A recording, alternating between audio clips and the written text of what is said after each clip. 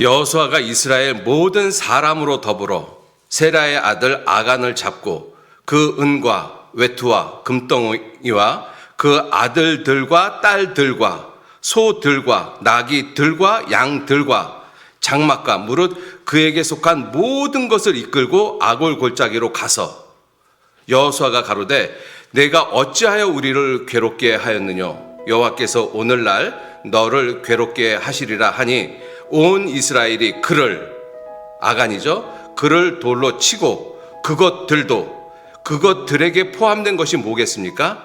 그 아들들, 딸들, 소들, 나귀들, 양들 그리고 무릇 그에게 속한 모든 것들.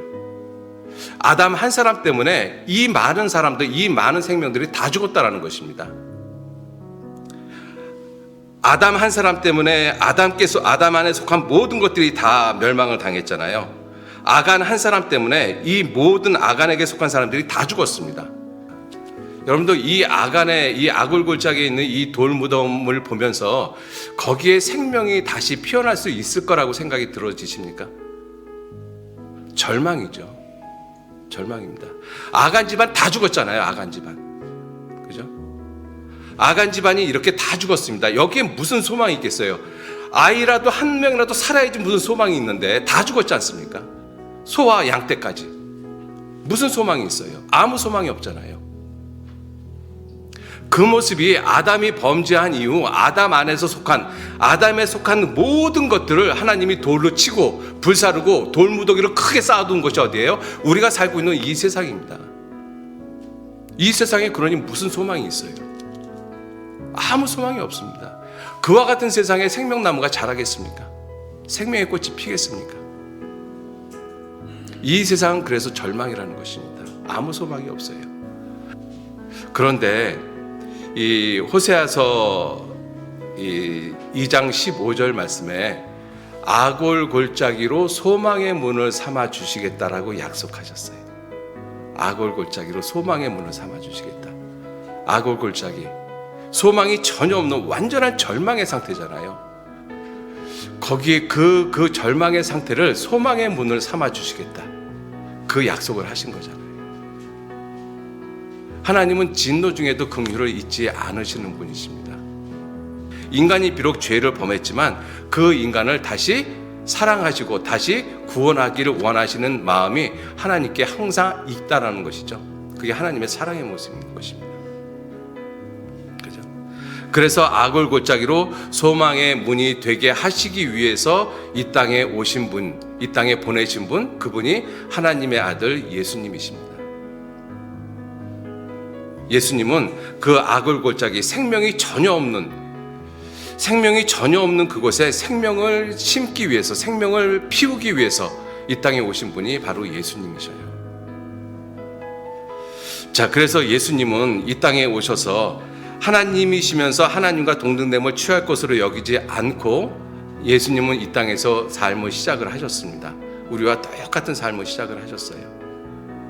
그리고 생명의 길, 생명나무로 가는 길을 만들기 위해서 예수님은 이 땅에서 그 일을 하셨던 것입니다. 아버지께서 하라고 하신 일이 그 일이시거든요.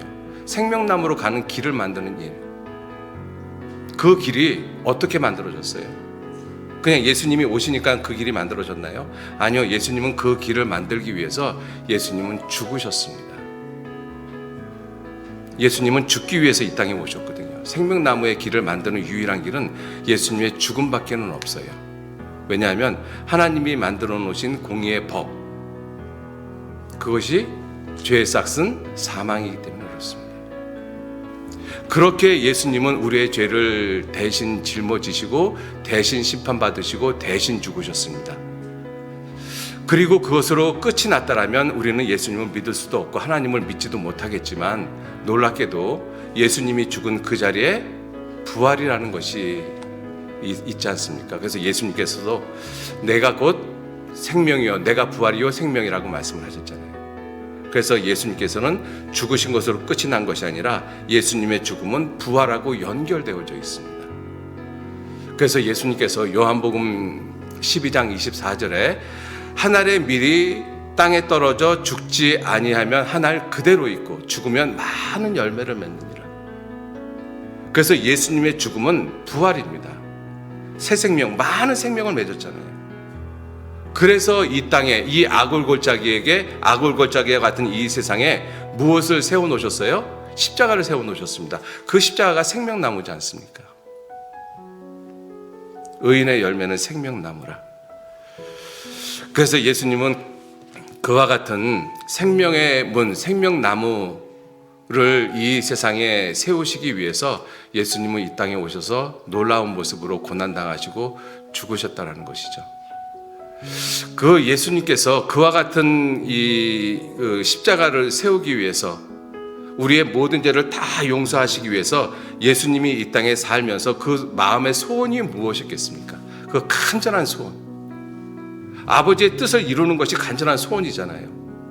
모든 사람의 죄를 용서하는, 그래서 내가 그 길이요 진리요 생명이니 그 생명으로 나갈 수 있는 길을 만드시는 것이 예수님의 간절한 소원이셨잖아요. 예수님의 그 소원이 이루는 것은 곧 생명나무라. 예수님의 소원, 생명나무입니다. 이 아골골짜기 같은 그곳에 소망의 문을 열어놓는, 생명의 꽃을 피우는, 그것이 예수님의 간절한 소원이었어요. 예수님께서는, 그 완전한 지혜 자체이신 그 예수님께서는 우리를 얻으셨습니다. 우리는 예수님께 찾은 바 되어진 사람들이잖아요. 그죠? 예수님께 찾은 바 되어진 사람들입니다. 예수님은 우리를 찾기 위해서 자신의 전부를 희생하셨어요. 자신의 전부를. 물과 피를 다 흘리셨다라고 말씀을 하시잖아요. 그분이 결국은 이 땅에 오셔서 나 같은 사람을 얻으셨습니다. 나도 내 자신을 사랑하지 못했을 때, 예수님은 나를 사랑하셔서 대신 십자가에서 죽으셨다는 거잖아요. 그래서 예수님의 은혜와 사랑이 내 안에 들어와 있습니다. 그 놀라운 지혜가 내 안에 들어와 있어요. 그래서 나를 사랑할 수 있는, 내 영혼을 사랑할 수 있는 사람이 됐습니다. 그것이 그리스도인이잖아요. 그러한 그리스도인들도 주님은 우리에게 뭐라고 말씀하셨는가 하면, 우리 그리스도인들을 또 다른 의인이라고 말씀하시잖아요. 우리 그리스도인들도 의인입니다. 그죠? 우리는 예수님처럼 생명나무의 모습은 아니지만 생명나무의 길로 인도할 수 있는 그러한 사람들이잖아요. 여러분들, 우리 주변에 아직도 이러진 많은 영혼들이 있습니다. 그들에게 생명나무의 길 알려줘야 되잖아요. 예수님은 제자들에게 내가 너희를 사람 낚는 어부가 되게 하겠다라고 말씀하셨어요. 그게 사람을 얻는 거잖아요. 그죠? 내 주변에 내 가족들, 내 주변에 손이 뻗치면 닿을 수 있는 그 주변에 있는 많은 사람들, 지금도 죽으면 지옥 갈 수밖에 없는 많은 사람들이 있습니다. 그 사람들 얻어야 되잖아요. 그 사람들을 얻게 하려고 우리에게 사람을 낚는 어부가 되게 하겠다라고 예수님 말씀하셨는데,